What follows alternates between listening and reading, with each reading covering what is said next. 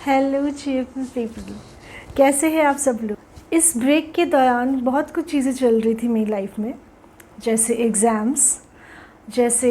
Exam of life बहुत से ups and downs होते हैं जो चलते रहते हैं, और हर अप एंड डाउन के अंदर हम एक चीज़ सीखते हैं कि अपनी मेंटल बैलेंस को कैसे बना के रखें। तो आज मैं आपसे बात करना चाहूँगी टॉक्सिक सोशलाइजिंग के ऊपर। टॉक्सिक सोशलाइजिंग क्या होता है? जब भी लोग ऐसा कहते हैं कि हम तो एक सोशल एनिमल है, और अगर हम सोशल एनिमल है तो हम सोसाइटी में ही रह सकते हैं और सोसाइटी के बाहर हम जा नहीं सकते, जैसा सोसाइटी बोलेगी वैसा करेंगे, एंड सो ऑन।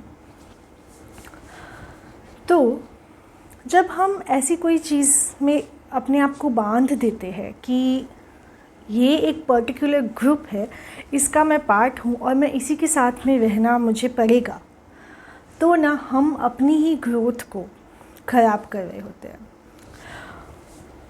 तरह तरह के लोग होते हैं। सोशलाइजिंग का मतलब ये नहीं होता है कि आप गार्बेज जैसे लोगों के साथ में जाकर सोशलाइज करो। हो सकता है गार्बेज वर्ड थोड़ा हैवी है, बट अब हम आइडेंटिफाई कैसे करें कि कौन सी सोशलाइजिंग हमारी मेंटल हेल्थ के लिए बहुत अच्छी है और कौन सी सोशलाइजिंग हमारी मेंटल हेल्थ के लिए टॉक्सिक है। साइन नंबर 1, जब आप सोशलाइज करने जाओ किसी ग्रुप के अंदर, तो चाहे उसमें आपके रिलेटिव्स हो, चाहे उसमें फ्रेंड्स हो, चाहे नेबर्स हो, चाहे जो भी लोग हो जो आपको जानते हो, अगर वो आपको पहली ही लाइन में टॉन्ट मारते हैं कि ओहो तू आई है आज, तो क्या बात है, बहुत कुछ अचीव कर लिया होगा तूने, इसीलिए तू इतने दिनों से गायब थी, शायद पीएम मोदी से भी ज़्यादा बिजी है।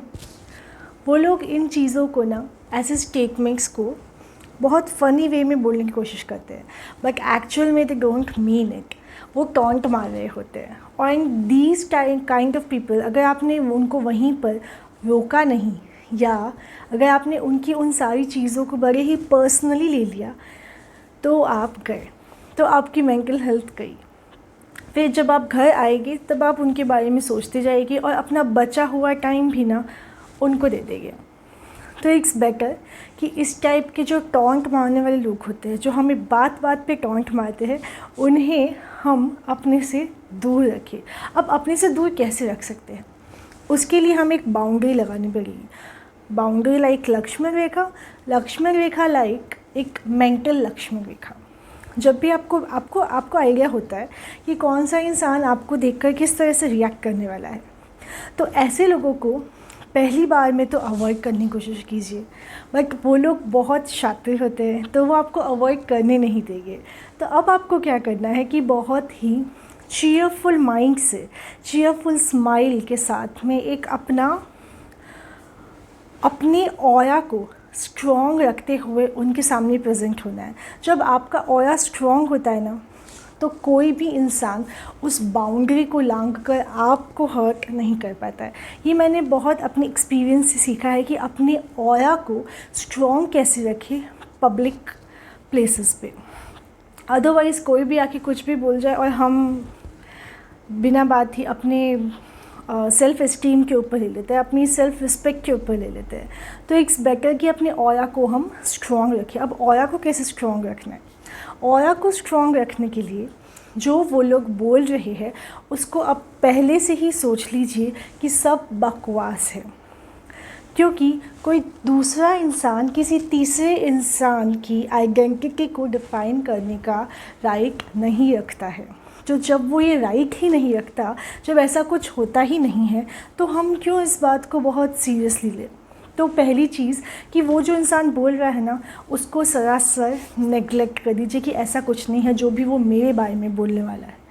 पहली चीज़, उससे क्या होगा कि आपकी जो सेल्फ़ एस्टीम है वो बनी रहेगी, वो सेल्फ़ एस्टीम डाउन नहीं होगी। दूसरी चीज़, जब वो इंसान आपको पता है कि बहुत ही नेगेटिव काइंड ऑफ है, टॉक्सिक है, नेगेटिव है, तो आपको अपने जो भी आपके फेवरेट भगवान हैं उनको बोलना है कि आप मेरे साथ इस फंक्शन में चलने वाले हो, और पूरे टाइम आपको इमेजिन करना है कि वो आपके साथ में है।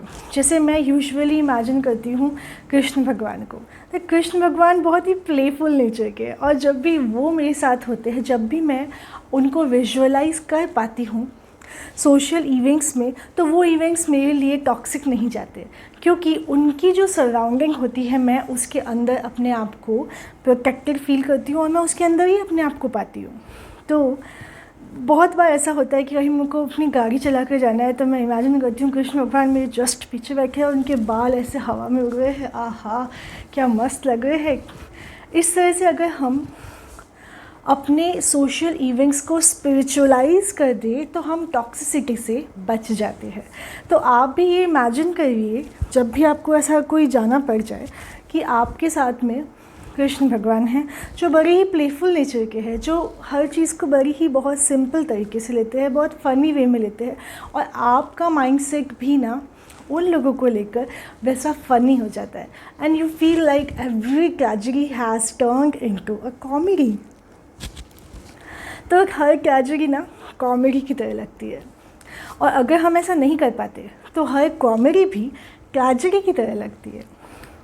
तो टॉक्सिक सोशलाइजिंग से बचने के ये 2 टिप्स आप ट्राई करके देखिए, और फिर आप ये देखना कि सच में ही वर्क कर रहा है या नहीं कर रहा है।